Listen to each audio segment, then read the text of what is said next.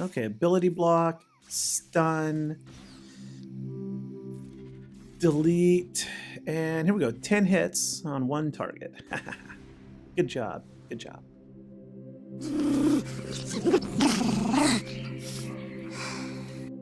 Hey everyone, this is the Gerbil here, and building up to this 3v3 Grand Arena, I think I watched them all. Arnold, Zareth Prevails, AP Gains, Heinze, Bit Dynasty. I probably spent 20 minutes looking over this graphic from Skulltrix. And I don't know if I'm saying his name right, but you know what I realized after probably an hour and a half or 2 hours of research? Is that everybody has a different opinion. None of them actually presented the same squads. I mean, there were some overlays, of course, but none did. So I just went with what I liked, and I did use SWGOH. And my best one right there was, as you saw, Jedi Knight Luke, who had 4 holds, and my Ewoks. First time on defense probably in 2 years. Good job. Look at that. They got a hold. I do lose the GAC. I actually beat 8 of my enemy's teams. He only beats 5 of mine and still lose. It's kind of a frustration with the format, but c'est la vie. That's the way it is. Beat more teams and lose. It's just the way it is for this. You know, you have to beat the sectors. You have to clear a sector. So I'm rearranging my defenses. I put Jedi Master Luke on the back row. And I put some really strong defense on the front. I thought I would hopefully wear him down, and then he wouldn't be able to beat Jedi Master Luke. And that was a mistake. Jedi Master Luke, turned out I needed him. If I had had Luke on offense and everything else stayed the same, I think I would have won this one. So my takeaway for my first 3v3 and forever is don't put your GLs on defense. And if you do, don't put them on the back row. Because if your opponent also puts their GLs on defense, in 3v3, it's really hard to beat those GLs, and then you're stuck. So I'm not going to put my GLs on defense. I have Sith Eternal, and I have Jedi Master Luke. I'm going to save them both for offense, trusting that my opponent is going to do something like this. See, there's Slicker. So I'm going to go right at him. C is my only GL, and CV Slicker in 3v3 is not a great lineup. This is really hard. But Sith Eternal, or Sith Trooper there for the auto taunt, that's it. He was only gear 11. I knew he was going to die, but I needed to make sure that Slicker doesn't poke Mr. Palpatine. If he gets poked, it's pretty much game over. So he goes first, he pokes the trooper, does his job, and now my actual hope here is not even really to win. I don't think I'm going to win. You're probably asking, why didn't I use Watt? Well, because Watt is on defense. It's an incredibly strong hold, one of the top holding teams, according to SWGOH data, is Jedi Master Luke under Bastila lead, yep, for all that bonus protection and other stuff, and then Watt. So Watt puts the tank tech on Luke, who gets all the bonus protection at the start of the battle, and he just times out. And it's really cool. It's a really, really cool comp. So I didn't have him here. So I'm just hoping to kill Crew and Hux. That's it. That's my only goal right here. If I can get Slicker down 1v1, I might be able to beat him. But see right there? Oh, that's pretty much it. That's just like snap. I wish his ultimate cleansed him. That would have been nice. Yeah, see, he got poked. Like I said, if he gets poked, it's game. He got poked. So now that happened, I pretty much know I cannot clear. So I'm just gonna do the rest of these battles for the fun of it, for the testing. This is fun. Qui-Gon Jinn versus Emperor Palpatine and Thrawn and Vader. And I'm actually kind of concerned, but what I'm hoping is to fracture Anakin. So let's get some turn meter right there. Let's put some ability blocks down. Yippity yap, that's good. We definitely want to ability block old Ben. If Ben taunts, we're in trouble. Oh, good. Fracture. Haha, I think I'm gonna win this one. Here we go. Let's go big shock, shock, shock. Yay! We gotta kill him. We gotta kill him while Anakin is still dazed. Good, got him down. All right, let's get some more dots over there. I'm kind of whiffed. And we still stunned him, and he's ability blocked. Yep, we're gonna get this. I wonder how hard old Ben hits. Oh, he didn't hit. I almost think he should have attacked with all those bonuses from Qui-Gon. Oh, well, he just He didn't hit hard at all. Oh, that kind of sucks. I think Kenobi's much better here. Kenobi's got that auto taunt, right? Which I think is what's really critical to keeping Anakin alive. Okay, cool. That was a good win. All right, let's see here. Who do we go for next? Let's go for the bounty hunters, because we can probably just knock them out. Now, in 5v5, this is full banners right here. In 3v3, I'm a little less comfortable with it. Because you don't have Shore Trooper, and I don't have Piett. But, okay, let's just see how we do here. Oh, that's a good open. Okay, let's go for some AoE action. Oh, nice assist, double assist. Let's put the... No, let's not. Okay. Pass some turn meter, get some buffs out there. We're doing pretty good. We need to take these guys down, though, because they're going to hit really hard. Flamethrower, that's not the move I would have done. AI, yeah, spread some damage, spread some buffs. Okay, more damaged. It's looking... Oh, snap. It's looking pretty good. I debated a lot on Piett here. Because Piett puts that mass daze out, but like we got it anyway. I don't even know how I dazed him. I forget which guy dazes him. And Piett, of course, passes the demise, or the what is it? Gosh, the failure, inevitable failure, I think. Just the weirdest name for something that like actually makes the team inevitably succeed. Your inevitable failure will cause you to inevitably succeed. I think that's what it's called. Cool. All right, so we did it. Oh man, almost sneezed there. Okay, all right, so that was good. That was good. All right, so now we've got Relic 8 Revan. No, he's not Relic 8. I'm blind. That looks like Relic 5. Is he only Relic 5? Relic 8 Grandmaster Yoda. Okay, so we're just going to pop this with Darth Revan. This should be pretty easy. I don't see any real threat here. In this lineup, I would like to have Malik, just because you never know. Things can start to go south if Yoda is like passing around too many buffs, gets that foresight out too much. But see, just like that. Ah, nice whiff. Call assists on Darth Revan. What a nub. That computer is a nub. So we're gonna have to run some Ewoks here in a second. We're gonna run Teebo with, I think, Elder and Poplo, which is a really interesting one. Crap loads of turn meter gain. I mean, Teebo's leadership has an RNG based opportunity to gain turn meter, which I hate. But Logray spreads foresight and turn meter, and then Elder's basic spreads turn meter. So all three of them spread turn meter. There we go. 52 banners. Not great.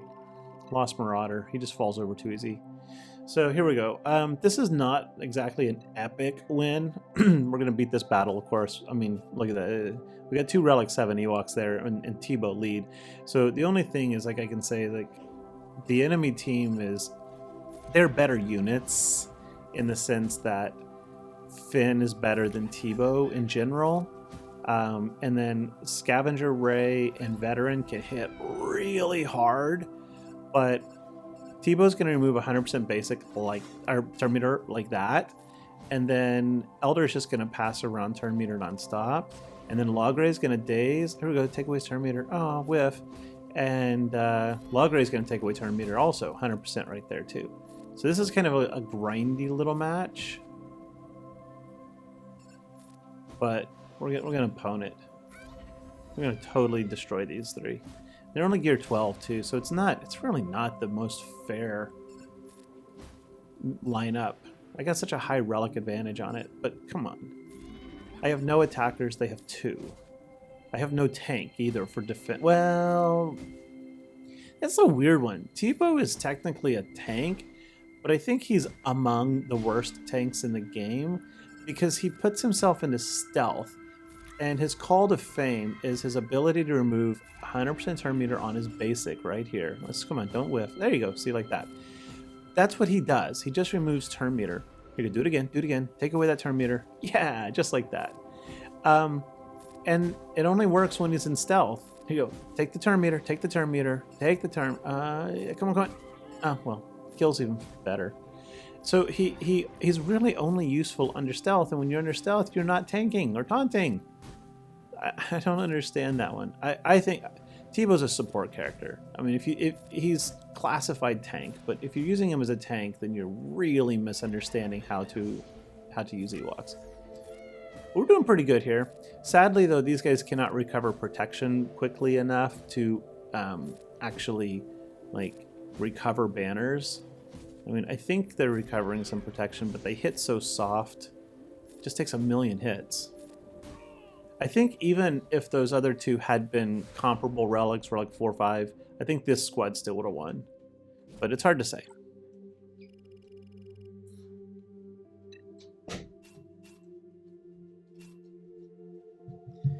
All right, so now we're gonna go back to crew or slicker. See if we can pull this off with Revan. It's a very long shot, very, very long shot indeed, especially with Yoda being stunned.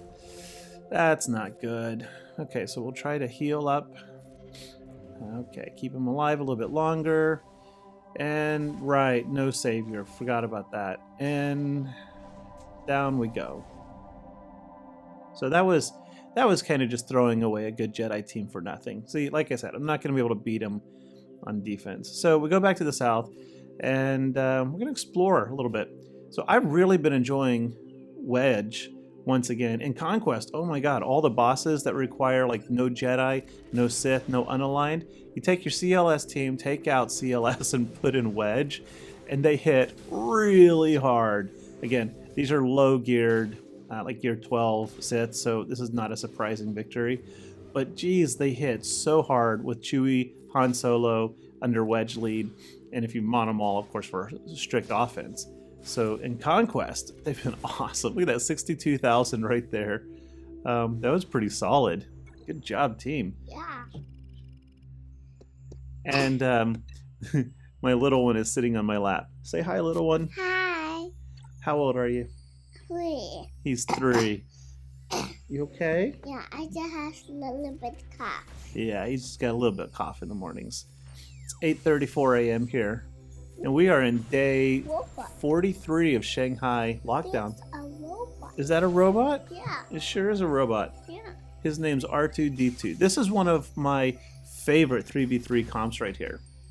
It is a control team.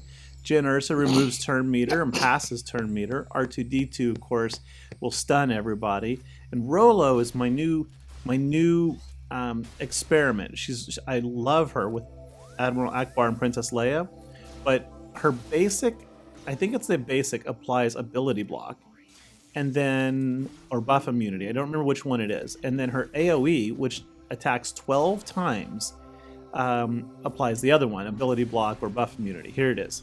So right there, did you see that? That was 12 attacks on 2 characters. In 3v3, that becomes incredibly wicked, because if it hits twice, then it applies those buffs. So, yep, there it is. So ability block is, or buff immunity right there, is on her basic. I think. I gotta look that up. I always forget. So she, in 3v3, she is solid. I mean, ROLO is absolutely solid. And under Jinn Erso, right, Jinn revives, so, and gives additional potency. So that's one of my new favorite 3v3 comps, Jinn, R2, and ROLO. And I think that team could have beat some really strong stuff. So here we go. We got a Zam Omicron, and I don't know why I put Bossk in the lead. I really should have put Piett here. But the thinking is that we just try to daze and stun them into oblivion with Royal Guard, and then just hope that Boba's going to put out enough damage. And that was pretty good, 35k. Just put out enough damage to try to penetrate and break through here. I really should have put Piett in the lead so that the Zeta on Royal Guard kicks in and we get, I think it's double the health, right? I think the doubling health would have been really fantastic. Here we go. Keep those dazes there. Put some ability blocks out there. So yeah, between the daze and the ability block and the stun, that's my thinking here. Oh, nice little execute. Yeah. Yeah. pew pew Yeah. worked, didn't it? Yeah. Sure did.